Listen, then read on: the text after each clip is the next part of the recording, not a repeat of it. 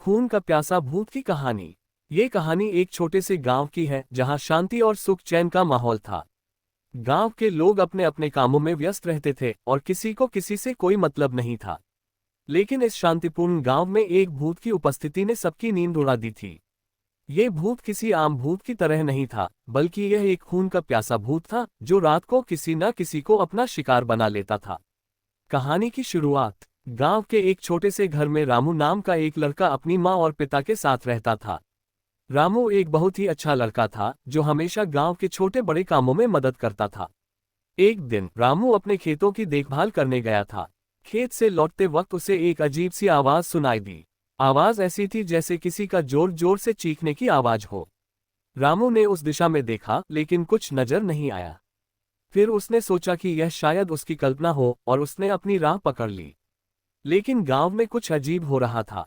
रात को लोग अपनी घरों में बंद रहने लगे थे क्योंकि उन्होंने सुना था कि एक खून का प्यासा भूत गांव में आकर लोगों का शिकार करता है। कहते हैं कि यह भूत किसी खौफनाक घटनाओं का परिणाम था। कई साल पहले गांव के पास एक किले में एक आदमी की हत्या कर दी गई थी। उस हत्या के बाद वह आदमी शापित हुआ और वह रात के अंधेरे में भूत बनकर लोगों का खून पीने के लिए निकलता था। भूत की कहानी। किले की बात करते हुए एक पुरानी महिला जो गांव में सबसे बूढ़ी थी बताती थी, ये सब कुछ बहुत पहले की बात है जब यहाँ एक राजा और उसकी सेना रहते थे। उस समय गांव बहुत बड़ा था और राजा का एक भरोसेमंद मंत्री था जिसका नाम विक्रम था। विक्रम बहुत ही बलशाली और चालाक आदमी था। वह राजा के हर आदेश को बखूबी निभाता था, लेकिन वह अंदर से एक खतरनाक आदमी था। विक्रम की ख्वाहिश थी कि वह राजा की तरह शासन करे, लेकिन राजा ने उसे हमेशा छोटे काम दिए जिससे विक्रम नाराज हो गया। एक दिन विक्रम ने राजा के खिलाफ साजिश रची और राजा को मार डाला। लेकिन जैसे ही विक्रम ने राजा की हत्या की, उसे महसूस हुआ कि उसकी गलती बहुत बड़ी थी। राजा का खून पीने के बाद विक्रम में कुछ अजीब सा बदलाव आ गया था। उसकी आंखें लाल हो गई थीं और वह हमेशा तड़पता रहता था। वह अपनी प्यास को बुझाने के लिए हर रात किसी न किसी को शिकार बनाता था। यही वह खून का प्यासा भूत था। रामू का सामना। रामू, जो गांव में अपने परिवार के साथ खुशहाल जीवन जी रहा था, एक रात को फिर से खेत में काम कर रहा था। अचानक उसे एक डरावनी आवाज सुनाई दी। वह उस दिशा में भागा जहां से आवाज आ रही थी। जैसे ही वह पास पहुंचा, उसने देखा कि एक सफेद वस्त्र पहने हुआ एक भूतनी सामने खड़ी थी।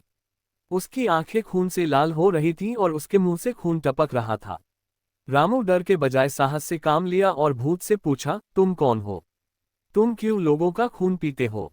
भूतनी ने गुस्से में कहा, तुम इंसानों को कभी शांति नहीं मिलती। तुम्हारी वजह से मैं इस भूतिया संसार में फंसी हुई हूं। तुम सभी ने मेरी हत्या की थी, अब मुझे अपना बदला लेना है। रामू ने धीरे से कहा, तुम हमारी गलती का बदला न लो, बल्कि अपने कर्तव्य की पहचान करो। तुम्हारे कारण हमारे गांव में डर और अशांति फैल गई है।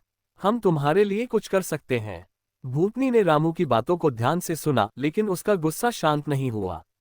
उसने कहा, तुम नहीं समझते हो, मेरे साथ जो हुआ वह कभी मुझसे दूर नहीं जा सकता।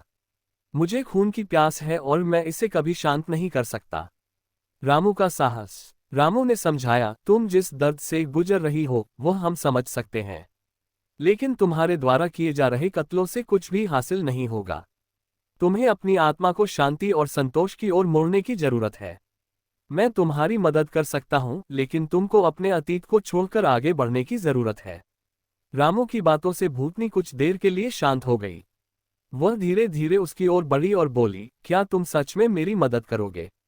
रामू ने उसे साहपूर्वक उत्तर दिया, हाँ, हम सब मिलकर तुम्हारी आत्मा को शांति दिलाने का प्रयास करेंगे। हम सब इंसान हैं और अगर हम एक दूसरे की मदद करें तो कोई भी भूत, कोई भी बुराई हमें नहीं हरा सकती। समाप्ति। रामू और गांव के लोग मिलकर भूतनी को शांति दिलाने के लिए पूजा और प्रार्थना करते हैं। धीरे धीरे भूतनी का रूप बदलने लगता है और वह अपनी आत्मा की शांति पा लेती है। गांव में फिर से शांति लौट आती है और लोग डर के बजाय एक दूसरे की मदद करने में विश्वास रखने लगते हैं। ये कहानी हमें ये सिखाती है कि अतीत के दोषों और दर्द को छोड़कर आगे बढ़ना चाहिए और एक दूसरे की मदद से हम किसी भी समस्या का हल निकाल सकते हैं।